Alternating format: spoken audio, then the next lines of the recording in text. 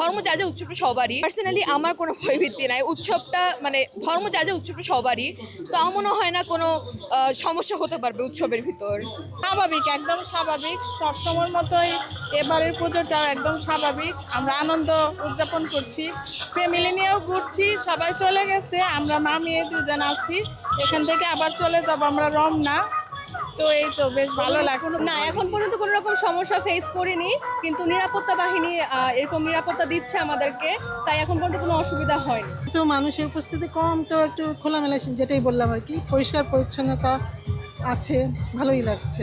এখন পর্যন্ত সেরকম কিছু আমি পাইনি বা দেখিনি, আজকেই প্রথম বের হলাম, ভালো পরিবেশ ভালো। আমরা তো অবশ্যই আশা করি, গত বছর যেহেতু ছিল, এই বছর অবশ্যই আশা করি, সেই মানে সাহস নিয়ে আসছি। প্রায় 4 বছর পর ঢাকায় পূজা করছি এবং 1 বছর পর আমি বাংলাদেশে পূজা করছি। লাস্ট টাইম আমি পূজা করতে পারি নাই, তো এবছর যখন ফ্যামিলির সাথে আছি, পরিবারের সাথে আছি, অনুভূতিটা অবশ্যই পারিবারিক টাইপের থাকবে, যেহেতু আগের বছর আমি একাই ছিলাম। তো এটাই, এবং আশা করি সব কিছু ভালোই যাচ্ছে এবং ভালো যাবে অষ্টমী নবমীটা।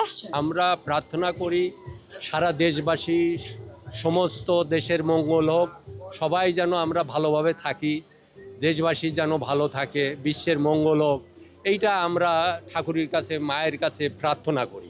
এখনও পর্যন্ত আমরা ভয়ভীতি পাচ্ছি না, আশঙ্কা তো একটু থেকেই যায়, কেননা এক এক সময় এক এক সিচুয়েশন তৈরি হয়।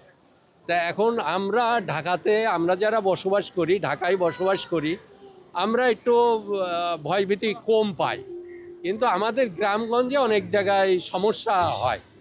সেইটা যেন সমস্যা না হয়, সরকার এবং স্থানীয় প্রশাসনের প্রতি আমার অনুরোধ, যেন এই কোনো ধরনের ক্ষয়ক্ষতি না হয়, কোনো ধরনের সংখ্যা না হয়।